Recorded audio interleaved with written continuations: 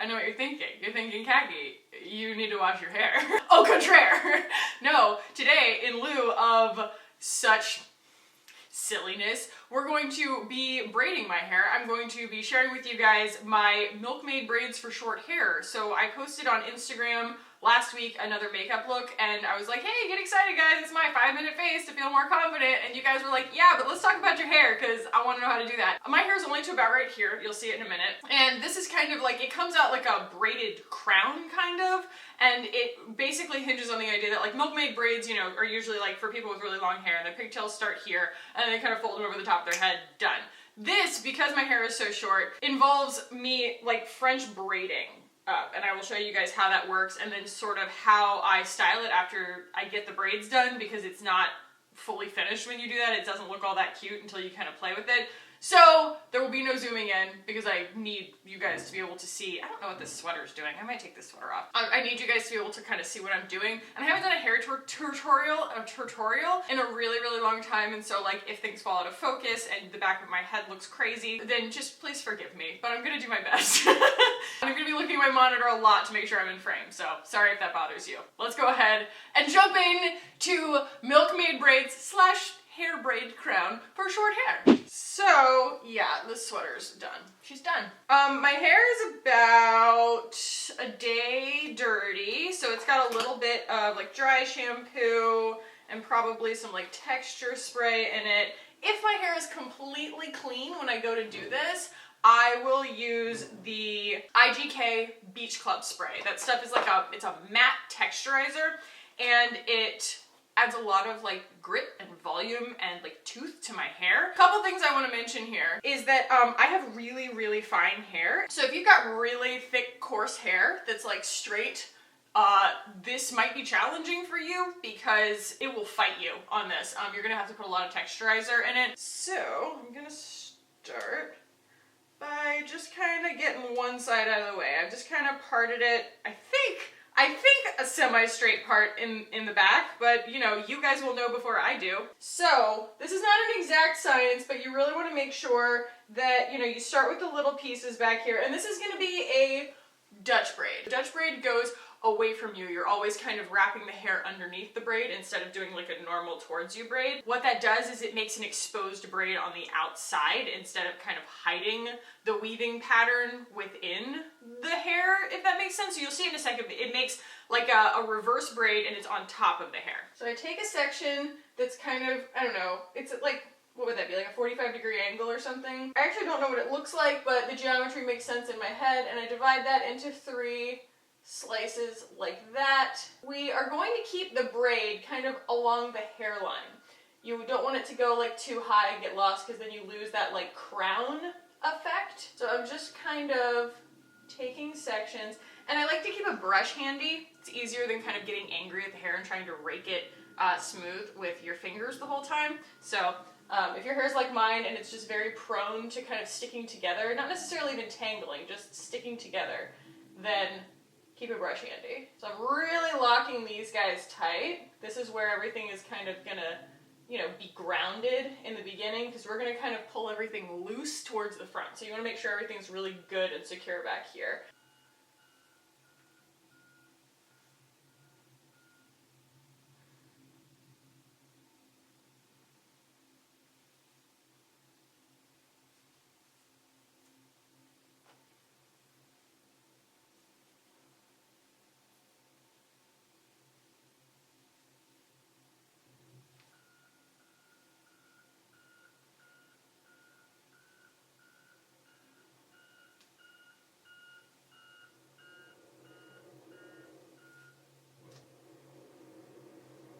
Doing kind of a pivot so that everything keeps going around my face and kind of leaves a little bit of room around the hairline, because you don't want it like right up on your hairline, because you are going to kind of move it back a little bit. You want it to look like a headband.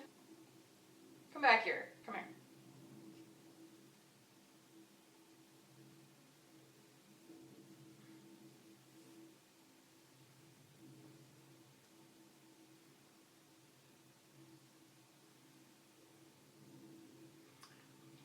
Lip gloss was a bad choice.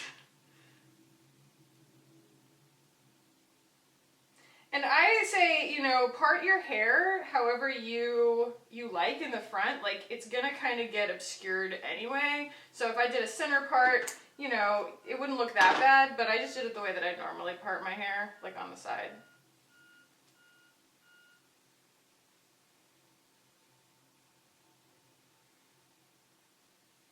Kind of pulling it off my hairline right here, trying to. Even though we're going to loosen everything up and you'll be able to kind of place it where you want it ultimately. Come on, babe. My hair doesn't have layers, but I guess I'm kind of losing hold of some of these. But again, you can fix that with a bobby pin.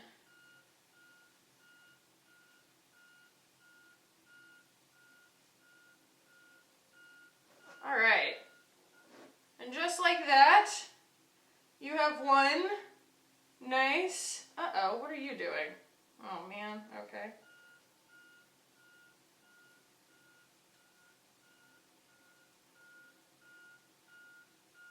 There. Oops, what are you doing? Stop. Come back here.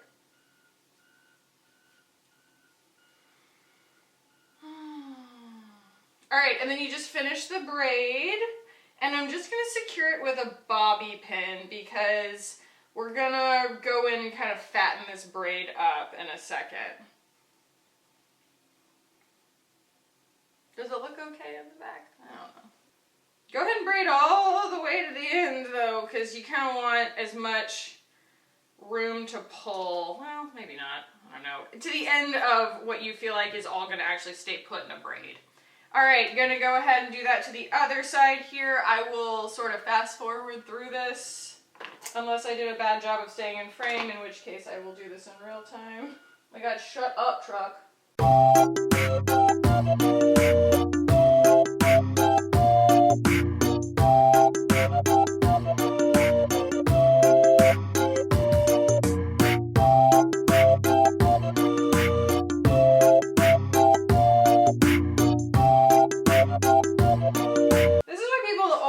Tutorials on someone else instead of themselves is, oh cool, what are you doing? That's okay, that's what bobby pins are for. Alright, and I'm kind of still bringing it around like this. Gonna try and get a little bit of a headband effect here.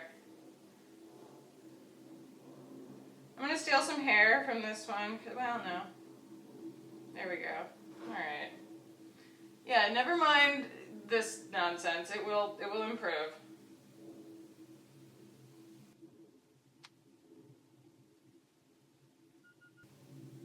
All right. So this is what it looks like in the back. I really don't know. You're seeing it before I am. So I hope that looks cool. I hope it looks as cool as it does from the front right now. So next step is loosening up these braids. So I kind of take the bobby pin out, hold the end, and just start kind of pulling gently on pieces to kind of fatten this braid up. And it'll look weird at the bottom because there's not a lot of hair there. Well, I don't know your life, but for me there's not a lot of hair there. And then as you move up, it gets like fuller and thicker looking. And it's okay for this to not be perfect. Like, you kind of want it to be a little bit organic and lived in looking. I think that that's kind of what gives it that effortless look, because this is not effortless. This is a lot of effort. But in order to make it look effortless, I think that it being a little bit rough and a little bit like lived in looking is the key. So you want to be careful not to kind of like go too far with the loosening. If you loosen all that stuff over there, the braid will start to fall out. So the next thing I do is kind of, you know, re-secure this guy. Don't worry about all these ends. And the thing that makes this look really planned is actually like this part of your hair being in a position that looks like you meant to. So you know what I mean? It like looks like a headband instead of it being like dragged over into a braid or really tight against your face. So I'm going to, before we do that, I'm going to just go ahead and loosen this guy up and kind of pin her out of the way first, because She is not really, like, she's pretty and everything, but she's not the thing that's gonna be across to the front of my face. You kind of want to leave this good and fat right there. I've learned that the hard way, or you end up just pinning all day. And then I'm gonna kind of pin this where the headband is gonna be, but not necessarily right underneath, because I'm actually gonna pull this up and over. So you can see that's just pinned down. Just pinned down, and we'll hide the ends later. The next kind of order of business is, you know, grab you some bobby pins, and if you want to, you can go ahead and kind of hairspray this so it has a little bit more grip if you feel like it's like gonna fall out, but I think mine's pretty secure. So I'm gonna start by kind of moving that braid over on top. And when I pin, I just kind of take the pin and I push it against the hair. Well, that was a terrible example, but it kind of worked. And if you start to feel like you're pinning something to your like soul, undo it, you know, take it down, because you don't need to be like, you know, uncomfortable all day. So I'm kind of pulling this back a little over yon braid. You can always move these later. And you see how that created kind of this prettier shape around my face right there? And you can kind of pull these pieces a little bit too. But I'm gonna pin her kind of where you would think, you know, in sort of a milkmaid braid shape. I'm gonna pull this bobby pin out while I hold the ends. And again, you see how right here, it's kind of like we have the exposed braid and then the original braid. I'm gonna take this and kind of pull her back, if that makes sense. Pull her back like that. And have her kind of cover the original one. And you can see we've got these big puffy pieces. Don't worry, don't worry. Everything's actually very secure. I'm going to kind of pull little pieces up and hide them underneath the braid, because at the end of the day, like, you want it to look like a headband, and so it's okay to have these kind of pull back and be under the braid. If that makes any sense. So I'm going to do that kind of over here too. See how I can push this up. I lift the braid up like that. These kind of get hidden a little bit, and then the braid comes back down over it.